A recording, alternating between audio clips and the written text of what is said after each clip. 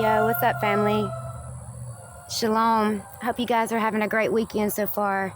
I am here with my husband today. I'm quite excited to have him come on the video and do a study with me.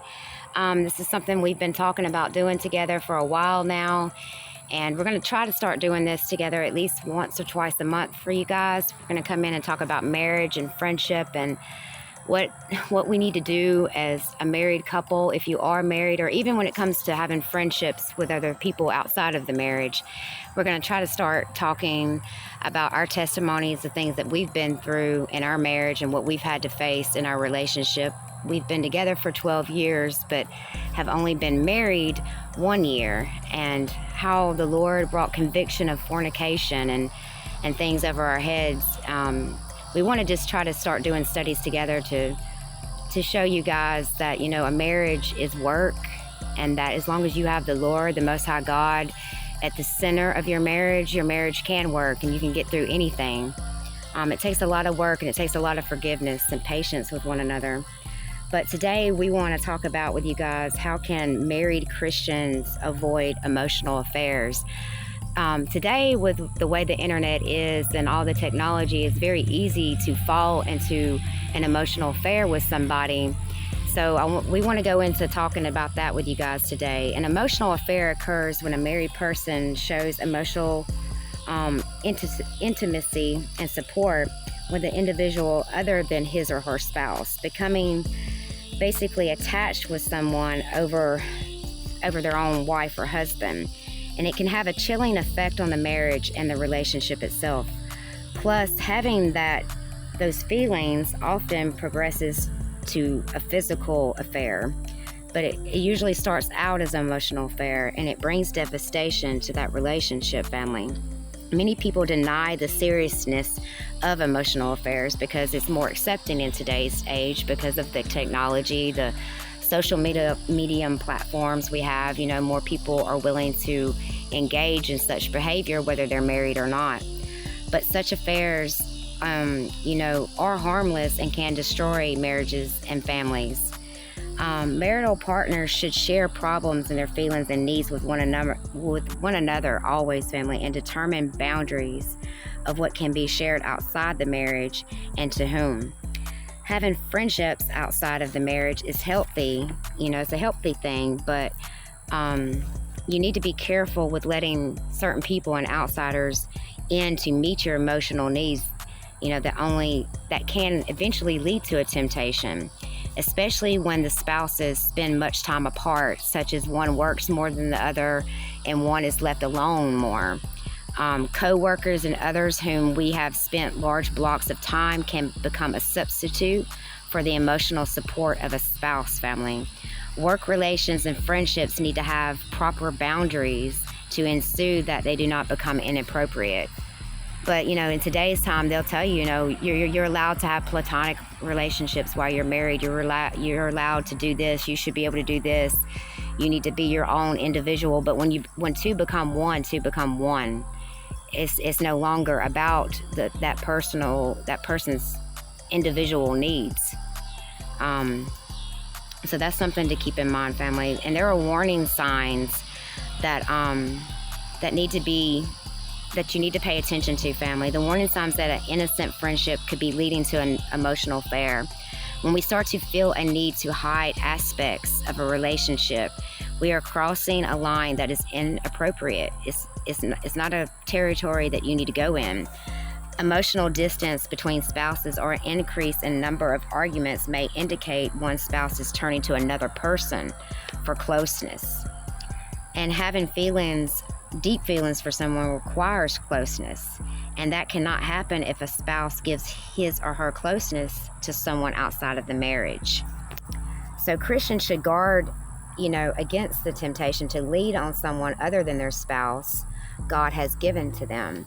And here are some wise choices, family. We always want to go to our spouse before we would go to anybody else about problems or things that occur in the marriage. You don't want to go outside of the marriage. That's one way an emotional affair can start. Okay, number 1. Do not spend time alone with anyone of the opposite gender, especially someone you are attracted to. Number 2, do not spend more time with another person than you do with your spouse. Number 3, do not share intimate details of your life with anyone before sharing it with your spouse. 4, live transparently. Do everything as if your spouse were present. 5, devote personal time to prayer and Bible study. Ask God to put a hedge around your marriage. 6, maintain a pure thought life. Do not entertain fantasies about other people. Number 7, plan time with your spouse on a daily, weekly, and monthly basis and use those times to build emotional closeness. All of these choices will help Christians to identify weak areas and avoid the temptations of emotional affairs. Amen, husband. Amen. Thank you. Christians' priorities, family, put marriage and family second only to the Lord. You always have to have the Lord as number 1 in your life, and your spouse, if you are married, is number 2. They always are right beneath the Lord. And if you've got the Lord in your marriage, you're going to get through anything, even the things you think you can't get through. God's going to help you. And God is the only one who can fulfill our needs, family. And He is first priority, top priority. God designed marriage to unite 2 people into one, Genesis 2:24. He wants them to grow together and let nothing separate them, Matthew 19:6. Married partners must value the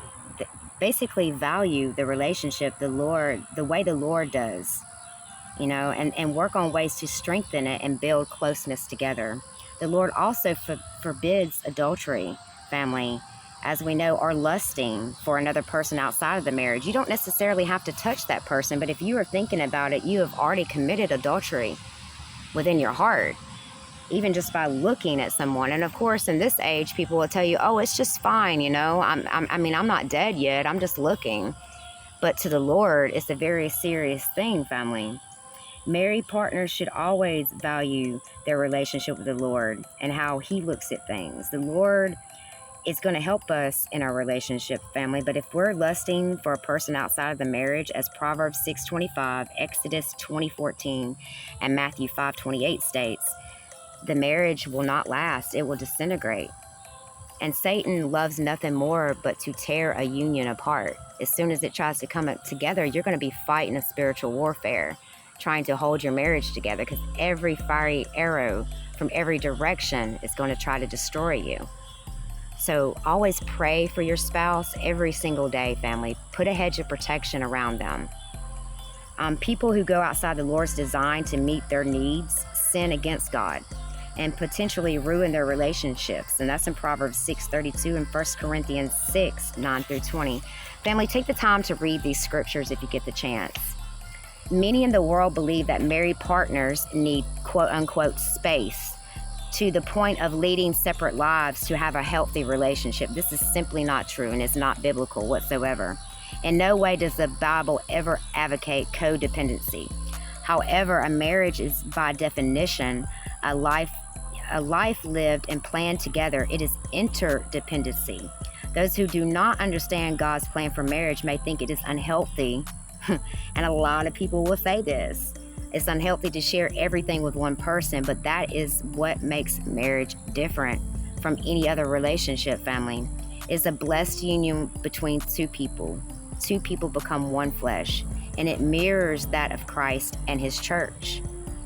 Sharing feelings with someone other than your spouse, family, whether the feelings are physical or emotional, is sin, and it's a violation of trust, family. And there's going to be a lot of afflictions and repercussions that will come upon you in your life, and even possibly your spouse, because of your actions. So you definitely want to protect your marriage, and you don't want to go outside of the marriage seeking advice or seeking help from, other people that you may be attracted to, or that, that are not of God. You know what I'm saying? You always want to if you have problems in your marriage, you want to go to your spouse first and foremost. You want to go to God really first and foremost, and then talk about that problem and work that out, not in the public, family. It should never, ever, ever be done in the public. That is something that a wife and husband should do behind closed doors, in privacy of their own home. That's why you see so many people's relationships don't make it nowadays, because they take everything publicly. You know, they put everything on social media. That is the worst possible thing you could do, family. And a marriage won't last like that. But definitely always pray over your family, pray over your husband, pray over your children. They need to be protected. And your prayers can intercede for your husband. Your husband or your wife may not be living the godly life. They may be watching you and seeing what you're doing. But you can end up saving them by simply praying for them. And there's a lot of people on the outside that may see your marriage and may want to cause problems, may send witchcraft and spells and curses upon your marriage. Maybe gossip or slander, but people will try, family. And if you're close to the Lord and you have a deep relationship with God, no man can separate what God has brought together. No one can. We love you guys. Thanks for tuning in and listening to us. We hope you have a great weekend. Stay safe, stay blessed. Later.